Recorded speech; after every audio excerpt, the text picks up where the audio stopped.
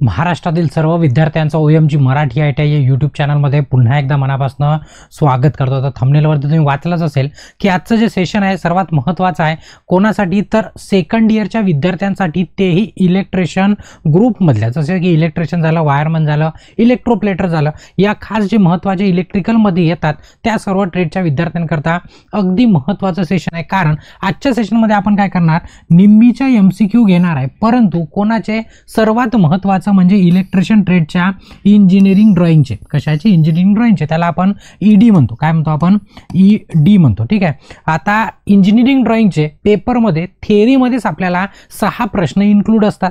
तर ते 6 प्रश्न म्हणजे बघा, तुम्ही 0 जरी घेतले 6 प्रश्न तरी तुम्ही पास होता, त्याला स्पेशल पास होण्याची गरज नाहीये। पण 6 पैकी जर 6 प्रश्न तुम्हाला आले तर तुमचा 1% तुमच्या मार्कशीटवरचा काय होतो, वाढतो। कारण तुमचा 1% म्हणजे 6 मार्क्स आहे। किती आहे? 6 मार्क्स आहे। मग ते 6 मार्क्स कसे घ्यायचे, एकदम सोप्या पद्धतीने आजच्या सेशनमध्ये तुमचे कव्हर होऊन जाईल आणि तुम्ही पेपरमध्ये गेले की तुम्हाला दिसणार की नेमकं आपण काय केलं आणि पेपरमध्ये नेमकं काय आलं। तर म्हणजे 100% शाश्वतीसोबत तुम्ही आपला 1% काय करू शकता, अप करू शकता किंवा वाढवू शकता। म्हणूनच काय करायचं, मित्रांसोबत या सेशनला शेअर करून द्यायचं, म्हणजे या व्हिडिओला शेअर करून द्यायचं। आणि जर तुम्ही चॅनलवरती नवीन असाल तर आठवणीने चॅनलला काय करायचं, सबस्क्राईब करायचं आणि बेल आयकॉन दाबून ऑल नोटिफिकेशन ऑन करायचं। कारण याच प्रकारचे सेशन किंवा अपडेट ITI बद्दलचे आपण या चॅनलवरती अवेलेबल करून देत असतो। ठीक आहे। तर आपण आपल्या सेशनला सुरुवात करू। तर लक्षामध्ये घ्या, इंजिनिअरिंग ड्रॉइंग आहे, त्याचे MCQ आहे, तेही निम्मीचे। तेही कशाचे? निम्मीचे। आता 2 भाषेत असतील तर आता आपली मातृभाषा, आपली भाषा मातृभाषा म्हणजे हक्काची चॅनल, म्हणूनच आपलं चॅनल पण हक्काचं आहे, भाषा पण आपली हक्काची आहे। तर पहिला प्रश्न आहे, डायग्राम असतात, MCQ। आता जे प्रश्न तुम्हाला येणार आहेत ते प्रश्न तुम्हाला सांगतो मी। बघा, पहिला प्रश्न आहे की DC मोटरचे प्रतीक काय आहे। आणि जर तुम्ही आपलं हिंदी चॅनल आहे ओपन माइंड गुरुजी, त्याच्यावरती जर जाल आणि तिथे प्लेलिस्ट आहे फर्स्ट इयर इंजिनिअरिंग ड्रॉइंगची, ते बघितलेत, पुन्हा याच्यापेक्षा ॲडिशनल भरपूर सारं तिथं कव्हर केलेलं आहे। पण हे एकदम इम्पॉर्टंट परीक्षेकरता मराठीमध्ये आणि ओपन माइंड गुरुजी आपलं कसं आहे, हिंदीमध्ये आहे। ठीक आहे। तर बघा, मोटरचे प्रतीक कोणते? आता मोटरला M लिहिलं असतं, सर्वांना माहिती आहे। आता जर तुम्ही इथं बघाल, इथे पण M लिहिलेला आहे आणि इथे पण M लिहिलेला आहे, दोन्ही Mच आहे। पण याच्यामध्ये जर बघाल तर इथे एक आडवी रेष आहे आणि इथे कसं आहे, एक वेव्ह काढलेला आहे, याला साइन वेव्ह म्हटलं जातं। आता हा साइन वेव्ह कोणाचा आहे? हा AC साठी वापरला जातो। कोणासाठी वापरला जातो? AC साठी। आणि हा कोणासाठी वापरला जातो? DC साठी। आहे दोन्ही मोटर आहे, दोन्ही मोटर। तर आता आपल्याला काय विचारलाय? DC विचारलाय। काय विचारलाय? DC, म्हणजे त्याला काय म्हणतो आपण? डायरेक्ट करंट म्हणतो आपण। काय म्हणतो? Direct current. तर मग आपल्याला विचारलं होतं की नेमकी DC मोटरची प्रतीक कोणता आहे किंवा सिंबल कोणता आहे? तर A नंबरवरचं किंवा हे प्रतीक आहे। आता पेपरमध्ये Aच येणार अशातला भाग नाही, तो A D वरती पण जाऊ शकते, म्हणून बरोबर सिंबल काय करायचं, लक्षात ठेवायचं, हे कशाचं आहे? DCचं आहे। ठीक आहे। मग त्याच्यानंतर G लिहिला आहे, G म्हणजे तुमचा जनरेटर पण होते। अशी रेष केली का त्याला गॅल्व्हॅनोमीटर म्हणू शकतो आपण, बरोबर आहे। रेष दिल्यानंतर हे मीटर असतात असे। हे ओहमचं सिंबल आहे तर याला ओहम मीटर म्हणतो आपण, हे मीटर आहे। अशा रेष दिलेल्या असल्या की याला काय म्हणतो आपण? मीटर। आणि रेष नाही आहे तर तो काय झाला? जनरेटर झाला। पटलं? आता ACDC इथं लिहिलेलं नाही आहे पण तो जनरेटर असतात। ठीक आहे। तर याचं A उत्तर काय झालं? परफेक्ट। A लक्षात न ठेवता हा सिंबल तुम्हाला काय करायचा, लक्षामध्ये ठेवायचा। नंतरचा प्रश्न आहे, बॉल पिन हॅमर कोणता आहे? आता ठीक आहे, बॉल आणि पिन दोन्ही गोष्टी पाहिजेत। आता दोन्ही गोष्टी कुठे आहे तुमच्या? बघा, इथे बॉल आहे आणि इथे पिन आहे। ठीक आहे, म्हणजे बॉल पिन हॅमर आहे, तर बरोबर आहे। B वाला उत्तर काय एकदम बरोबर आहे, जे आपल्याला प्रश्नामध्ये विचारलं होतं त्याच्याशी निगडीत किंवा ते उत्तर झालं। आता इथे बघाल, क्लॉ हॅमर आहे, तुम्हाला माहिती आहे खिळे उपडायसाठी असं क्लॉ असतो, त्याला असा हे असतो, त्याचा खिळे काय करू शकतो आपण, उपडू शकतो। याला मॅलेट म्हटलं जातं। आणि हा कसा आहे, हा जर बघाल तर असा आहे, त्याला क्रॉस पिन म्हटलं जातं। काय म्हटलं जातं? क्रॉस पिन, म्हणजे मारल्यानंतर असा जर मारा बसत असणार त्याला क्रॉस पिन म्हणतो, आणि व्हर्टिकल बसत असला त्याला स्ट्रेट पिन म्हणतो। तर हा क्रॉस पिन। आपल्याला काय विचारलं होतं? बॉल पिन विचारलं होतं। काय विचारलं होतं? Ball pin. म्हणून याचं B उत्तर काय एकदम परफेक्ट आहे। ठीक आहे। चला, नंतरचा प्रश्न आहे की गेटचे नाव काय? आता गेट म्हणजे आपल्या घराला असते ते गेट वेगळं आणि हे डिजिटल इलेक्ट्रॉनिक्समध्ये असलेलं गेट वेगळं। ठीक आहे। तर आता बघा, तुम्हाला म्हणून सांगितलं मी, हिंदीमधलं जर तुम्ही सेशन बघितलं असेल ना, तुम्हाला पटकन एका सेकंदामध्ये तुम्हाला याचं उत्तर येते, काही कन्फ्युजन नाही होत ना, काहीच नाही। बघा, बेसिकली 3 गेट असतात। एक असतात तुमचा अँड गेट, ऑर गेट आणि नॉट गेट। ठीक आहे, असे 3 गेट असतात। तर नॉट गेटचा सिंबल लक्षात ठेवायचा।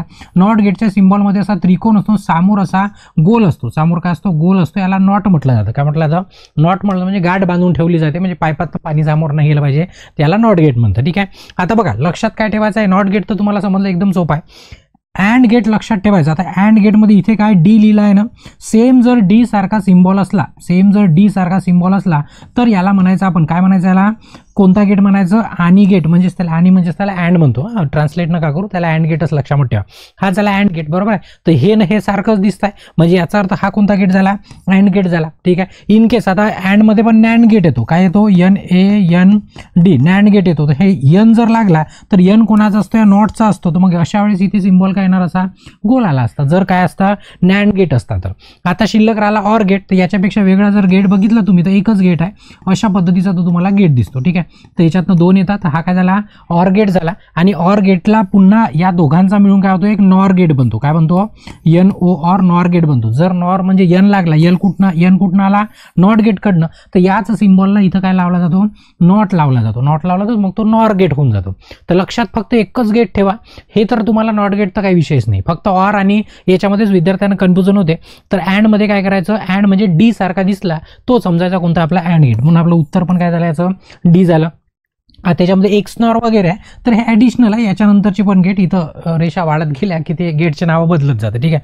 आपल्यासाठी मेन महत्त्वाचा गेट 3च आहे बेसिक, आणि या प्रश्नाचं उत्तर हा जो गेट दाखवला तो कोणता आहे, अँड गेटचा सिम्बॉल होता. त्याच्यानंतर आहे की बॅटरीचे चिन्ह कोणते आहे. ठीक आहे. आता बघा बॅटरी, आता समजा याच्यामध्ये पुन्हा एखादा जर मी सिम्बॉल टाकून दिला असता असा, ठीक आहे, पुन्हा एखादा असा सिम्बॉल टाकून दिला असता, इकडे प्लस लिहिलं असतं, इकडे मायनस, नाही याला समजा ई ऑप्शन देऊन दिला असता. तर बऱ्याच विद्यार्थ्यांना कन्फ्युज झालं, अरे सर हा बॅटरीचा आहे का, हा बॅटरीचा आहे.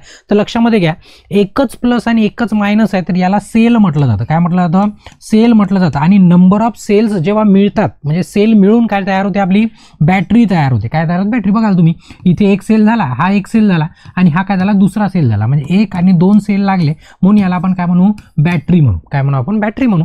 बाकीचे तर माहिती आहे तुम्हाला, हे रेजिस्टन्स आहे, हे रेजिस्टन्स आहे, चांगल्या पद्धतीने माहिती आहे. हा व्होल्ट मीटर आहे, हा व्होल्ट मीटर आहे, आणि हा लॅम्प आहे, हा काय लॅम्प आहे. हे त्याचे सिम्बॉल आहे. ते आपल्याला जो प्रश्न विचारला होता, बॅटरी कोणती आहे, तर बॅटरी कोणती आहे, बॅटरीचा सिम्बॉल आहे आणि सेलचा सिम्बॉल आहे. आता कधी कधी हा जर नसला तर मग तुम्ही याला बॅटरी म्हणू शकता, मग बॅटरी म्हणू शकता. पण बॅटरी लक्षात ठेवा, सेल एकापेक्षा जास्त सेल यूज केले तर ती बॅटरी बनते. म्हणजे याचं बी उत्तर काय झालं, एकदम परफेक्ट. नंतरचा प्रश्न बघा.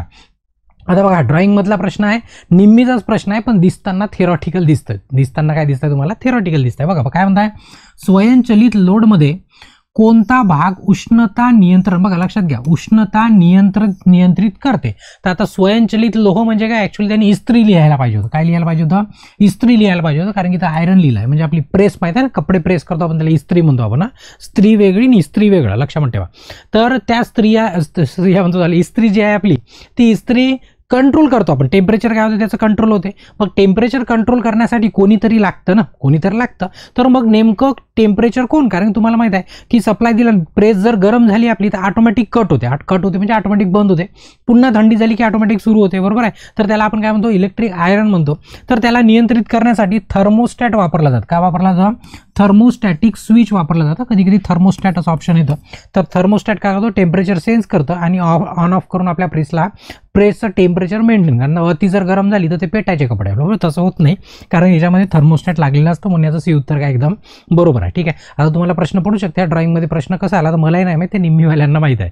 त्याच्यानंतर आहे, खालीलपैकी AC ॲमीटर कोणता आहे. ठीक आहे. सर्वात महत्त्वाचं की ॲमीटर म्हटलं, ॲमीटर कशाने डिनोट करतो ते तुम्हाला समजलं पाहिजे. ॲमीटर A ने डिनोट करतो. ए वाला सिम्बॉल इथं एकच आहे, बरोबर आहे. तर तुम्ही 100% डोळे लावण्याला मारू शकता, फक्त इथे सिम्बॉल असा उलटा दिलाय, तो असा पाहिजे होता, पण काय हरकत नाही, एकच आहे म्हणजे हे उत्तर बरोबर आहे. समजा पुन्हा असाच जर दुसरा असताना असा सिम्बॉल असता तर मग आपण असा ज्याच्यामध्ये साइन वेव्ह आहे त्याला आपण टिक केलं असतं. ठीक आहे. पण काय हरकत नाही, सध्या आता हे आपलं बिलकुल बरोबर आहे.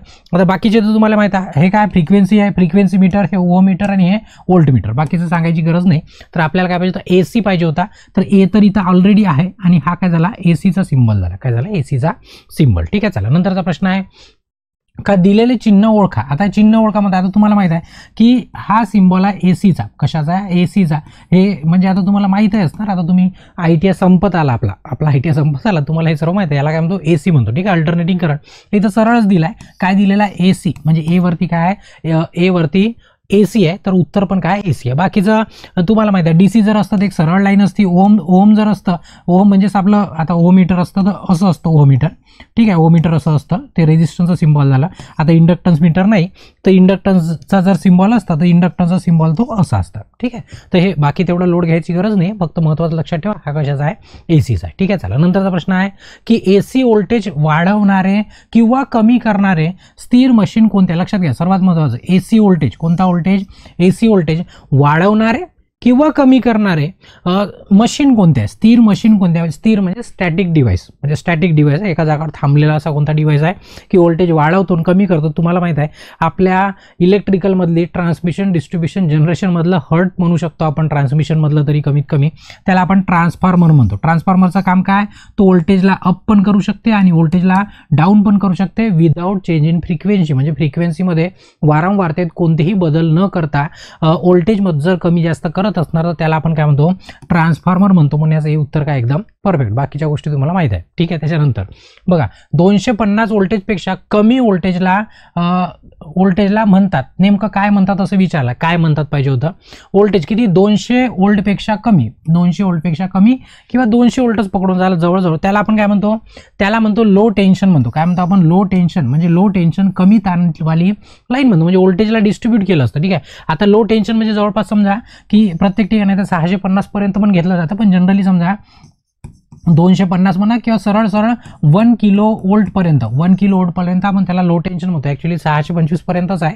आता कोण्या बुकात कसं लिहिलं आहे, कोण्या बुकात कसं, तर हे झालं लो टेन्शन. काय झालं, लो टेन्शन. आता मीडियमची जर गोष्ट केली तर मीडियम जवळपास हा जो मीडियम असतो तो काय असतो, 1 किलो व्होल्टपासनं जवळपास तो असतो 11 किलो व्होल्टपर्यंत. कुठपर्यंत असतो, 11 म्हणजेच त्याला 11 kV म्हणतो. त्याच्यानंतर हाय टेन्शनमध्ये जर गेले तर 11 kV पासनं जवळपास 33 kV पर्यंत असतो, त्याला आपण काय म्हणतो, हाय टेन्शन म्हणतो. आणि एक्स्ट्रा हाय टेन्शन कशाला म्हणतो, 33 kVच्या पुढे जर गेले तुम्ही, 33 नंतर 66 येते, बरोबर आहे. मग 220 झालं, मग 400 झालं, मग वाढलं 645 पर्यंत गेलं, 765 पर्यंत गेलं, तर त्याचं वाढत जातं. पण 33 kVच्या वर म्हणजे त्याला आपण काय म्हणतो, एक्स्ट्रा हाय टेन्शन. विचारलं होतं आपल्याला फक्त 250 व्होल्ट विचारलं होतं, मी तुम्हाला किलोचं सांगितलं बरं, बाकीचं लक्षात ठेवाल, त्या व्होल्टपेक्षा किलो मोठा असतो, ठीक आहे. म्हणून हे उत्तर काय झालं, एकदम परफेक्ट झालं. त्याच्यानंतर आहे वेव्हफॉर्म ओळखा, असा तुम्हाला वेव्हफॉर्म दिलेला आहे आणि हा जर वेव्हफॉर्म तुम्हाला जर ओळखता नाही आला तर समजायचं आपण 2 वर्षात काहीच नाही शिकलो, 2 वर्षात आपण काहीच नाही शिकलो समजा. तर तो कोणता वेव्हफॉर्म आहे, साईन वेव्ह आहे. कोणता आहे, साईन वेव्ह. साईन वेव्ह म्हणतो आपण. स्क्वेअर तुम्हाला माहिती आहे, स्क्वेअरमध्ये कसं असतं, स्क्वेअरमध्ये असे स्क्वेअर असतात डब्बे, बरोबर आहे. ट्रँगलमध्ये कसं असतं, ट्रँगल असतं, तुम्हाला चांगल्या पद्धतीने माहिती आहे. ट्रँगल म्हणजे असं त्रिकोणवाला असतं. आणि सॉ टूथवाला कसं असतं, सॉ टूथवाला असा असतं, ठीक आहे. म्हणजे अशा पद्धतीचा वाढतं एकदम कमी होतं, हा सॉर्ट असतं. तर आपल्याला फक्त साईन वेव्ह विचारला म्हणजे बी उत्तर काय झालं, एकदम फायनल झालं, ठीक आहे. चला नंतरचा प्रश्न आहे, पृथ्वीचे प्रतीक, पृथ्वी म्हणजेच त्याला अर्थ म्हणतो. काय म्हणतो आपण, अर्थ म्हणतो, ठीक आहे. तिकडे पण लिहिलं आहे. अर्थिंग जे असते किंवा अर्थ म्हणतो आपण त्याला. तर अर्थिंगचा सिम्बॉल कोणता आहे, तर अर्थिंगचा सिम्बॉल कोणता आहे, हाय. अर्थिंगचा सिम्बॉल कोणता आहे, हाय. लक्षात ठेवा, याला अर्थ म्हणतो. हे पुश बटन आहे, ही आपली साधी स्विच आहे आणि याला आपण काय म्हणतो, सेल म्हणतो. नसलं काही तर बॅटरी म्हणतो, ठीक आहे, अंगावर आल्यावर नंतर, ठीक आहे. सध्या याचं सी उत्तर बिलकुल आहे. याला काय म्हणतो आपण, अर्थचा सिम्बॉल आहे. कशाचा आहे, अर्थचा सिम्बॉल आहे, ठीक आहे. चला नंतरचा प्रश्न आहे, मोटर सुरू करण्यासाठी आणि थांबवण्यासाठी कोणते उपकरण वापरले जाते. आता मोटर सुरू करायची असणार, थांबवण्यासाठी आणि सुरू करण्यासाठी, तर लक्षात ठेवा नेहमीसाठी याला स्टार्टरचा वापर करतो. आणि ते तुम्हालाही माहिती आहे, तुमच्या घरी जर असणार तुम्हाला 100% माहीत आहे आणि शेती असेल तर 100% माहीतच आहे तुम्हाला, ठीक आहे. कशाने आपण बंद चालू करतो, आपण स्टार्टरने बंद चालू करतो, ठीक आहे. ॲक्च्युली स्टार्टर म्हटलं तर स्टार्ट होते, पण दोन्ही कामं आपण त्याच्यावरनं परफॉर्म करू शकतो. नंतरचा प्रश्न आहे, स्विच शिवाय मुख्य फ्यूज बोर्डचं चिन्ह निवडा म्हणते. आता बघा एवढे सारे हे सिम्बॉल आहे, 4ही सिम्बॉल आहे. आता याच्यामध्ये लक्षात ठेवा, जिथं हे पूर्ण भरलेलं आहे ना, पूर्ण भरलेलं आहे, याच्यामध्ये स्विच नाही आहे. प्रश्न काय विचारला आहे, स्विच शिवाय म्हटलं आहे. स्विच शिवाय म्हणजे काय की त्याच्यामध्ये स्विच नाही, म्हणजे बटन नाही. स्विच म्हणजेच काय झालं, बटन नाही. तर बटन नाही, या दोघांमध्ये बटन नाही आहे, ठीक आहे. जिथे अर्धा पार्ट रिकामा असतो याच्यामध्ये काय असतं, स्विच असतं. काय असतं, हे सिम्बॉल आहे, लक्षात ठेवा. स्विच म्हणजेच आपण त्याला काय म्हणतो, बटन म्हणतो. काय म्हणतो आपण त्याला, बटन म्हणतो. स्विचला काय म्हणतो आपण, बटन. रिकामी जागा दिसलीच बटन. जर स्विच सह म्हटलं असतं तर या दोघांपैकी एक उत्तर असतं, पण आता स्विच शिवाय म्हटलं म्हणजे स्विच नाही आहे, तर दोघांपैकी एक उत्तर येणार इकडलं, बरोबर आहे, कारण की इथं जागा नाही. मुख्य फ्यूज बोर्डसाठी चिन्ह निवडा. तर लक्षात घ्या, हा जो असा जो सिम्बॉल असतो रिकामा, ठीक आहे, हा काय असतो, फ्यूजसाठी असतो. काय असतो, फ्यूज. म्हणजे आपण याला म्हणू शकतो फ्यूज म्हणू शकतो. काय म्हणतो, मेन फ्यूज बोर्ड म्हणू शकतो. मेन बोर्ड किंवा मेन फ्यूज बोर्ड म्हणू शकतो. प्रश्न तेच विचारला होता, मुख्य म्हणजे मेन फ्यूज बोर्डसाठी चिन्ह निवडा. तर हे चिन्ह आहे कशाचं, डिस्ट्रीब्युशन बोर्ड कशाचा, फ्यूजचा. लक्षामध्ये पुन्हा आता हा पण स्विच तोच आहे, डिस्ट्रीब्युशन बोर्ड फ्यूजचा, पण याच्यामध्ये स्विच आहे. याच्यामध्ये स्विच आहे का, नाही. तर आपल्याला लक्षामध्ये घ्या, म्हणजे कसं आहे, एका शब्दाने पूर्ण अख्खं आन्सर बदलून जाते. ठीक आहे, म्हणून लक्षामध्ये घ्या की याच्यामध्ये स्विच नाही, म्हणून सी उत्तर काय झालं, एकदम बरोबर झालं. ठीक आहे, त्याच्यानंतर आहे हे झालं. ठीक आहे, मेन स्विच झालं आणि हे झालं. तर हे लक्षामध्ये ठेवा की हे काय बटन आणि याच्यामध्ये बटन नाही आहे, दोन्ही गोष्टी बरोबर क्लिअर आहे. ठीक आहे, तर याचं सी उत्तर काय झालं, एकदम परफेक्ट झालं. त्याच्यानंतर आहे फोटो डायोड कोणता आहे, याच्यातला तुम्हाला विचारलाय की फोटो डायोड कोणता आहे. फोटो म्हणजे फोटो डायोड कोणता, जो ज्याचा रेजिस्टन्स कमी असतो तो प्रकाश पडल्याच्या नंतर, तो म्हणजे काय की प्रकाश त्याच्या अंगावरती पडला पाहिजे, प्रकाश अंगावरती पडला पाहिजे. जसं स्ट्रीट लाईट वगैरे ऑटोमॅटिक असतात ना, दिवस आला की लाईट बंद होतं, अंधार झाला की लाईट चालू होतं, बस तिथं फोटो डायोड वापरला जातं. ठीक आहे, तर फोटो डायोड ज्याच्याकडे प्रकाश चालला तो काय झाला, आपला फोटो डायोड झाला. ठीक आहे, तर हे डायोडचा सिंबल तर सर्वांना माहिती आहे, फक्त फोटो डायोड त्याच्याकडे आरो आला म्हणून. बाकीचे पण डायोडच आहे,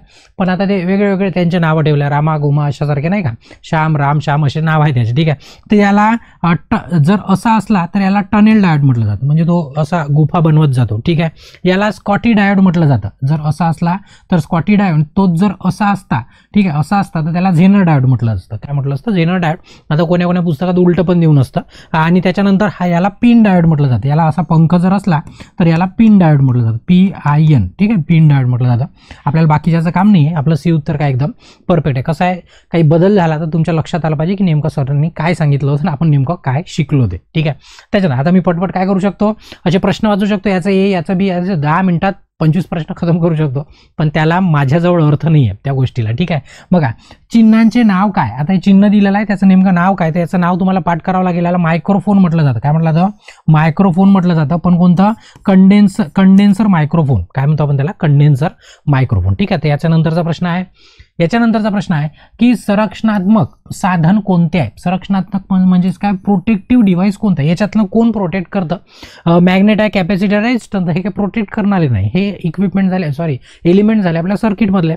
पण फ्यूज काय करतो, प्रोटेक्ट करतो, आपल्या लाईनला पण प्रोटेक्ट करतो. इन केस कधी शॉर्टकट सर्किट झालं, ओव्हरलोड झालं, काहीतरी झालं तर ते काय होतं, फ्यूज उडून जातो. तर तो प्रोटेक्टिव्ह डिव्हाइस आहे, कोणाला म्हणतो आपण, फ्यूजला म्हणतो. ठीक आहे, त्याच्यानंतर आता चित्र दाखवलंय, तुम्हाला विचारलंय की हे चित्र कोणाचं आहे, तर याला पाठच करायचं चित्राला. काय म्हणतो आपण त्याला, टम्बलर स्विच म्हणतो. काय म्हणतो, टम्बलर स्विच. आता बाकीचं चित्र नाही आहे, नाही तर बाकीचं मी तुम्हाला दाखवू शकलो असतो, म्हणजे बाकी सांगू शकलो, आता डायग्राम तर काढू शकत नाही, बरोबर आहे. याचं सी उत्तर बिलकुल फायनल. त्याच्यानंतर नोज पकड म्हणजे काय, म्हणजे नोज पकड याच्यातले कोणते आहे, म्हणजे त्याला लॉंग नोज प्लायर म्हणतो किंवा नोज प्लायर म्हणतो आपण, बरोबर आहे. ज्याचं नाक असं लंब आहे त्याला आपण काय म्हणतो, नोज प्लायर म्हणतो. लांब म्हणजे असा एकदम खोलामध्ये वगैरे काही काळ पकडायचं असलं तर आपण याचा वापर करतो. ठीक आहे, बाकी तुम्हाला कॉम्बिनेशन प्लायर माहिती आहे. आता याचं चित्र विचित्र आहे.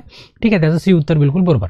लाईन इन्सुलेटरची सामग्री काय आहे, बघा लाईन इन्सुलेटर बनवण्यासाठी, इन्सुलेटर म्हणजे त्याला काय, प्रतिरोधक म्हणतो आपण. जसं तुम्ही पोलवर वगैरे बघता ना इन्सुलेटर, ते कशाचे असतात, चिनी मातीचे असतात. कशाचे असतात, चिनी माती. तर चिनी माती म्हणजेच त्याला आपण काय म्हणतो, पोर्सेलिन म्हणतो. काय म्हणतो, पोर्सेलिन म्हणजेच काय झालं, चिनी मातीचे भांडे पण बघितले असतात ना, ते तुम्ही इन्सुलेटर तर 100% एकदम शायनिंग कथ्या कलरचे असतात. ते कशाने बनलेलं असतं, पोर्सेलिन, म्हणजेच त्याला आपण चिनी माती म्हणतो, बरोबर आहे.